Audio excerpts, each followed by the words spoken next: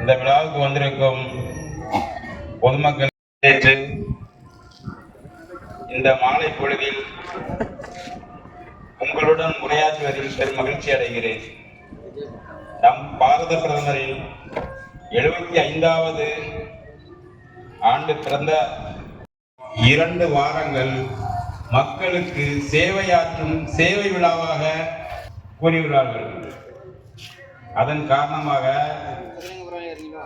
நம் 2 வாரங்கள் எந்த தலைவருக்கும் கொண்டாடிடாத அளவிற்கு நம் பாரத பிரதமர் நரேந்திர மோடி ஐயா அவர்களின் பிறந்த நாளை உலகம் முழுக்க நாட்டு மக்களும்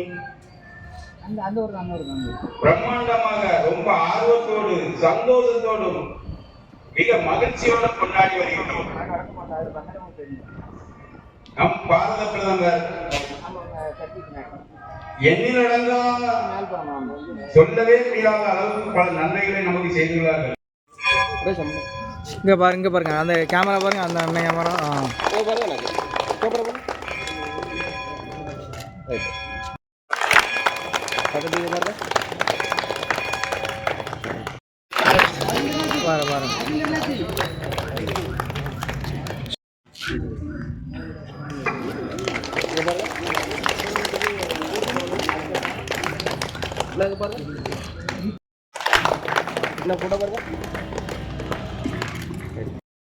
தலைவர் ஏ செல்லப்பண்ணியன் அவர்கள் உரையாற்றுவார்கள்.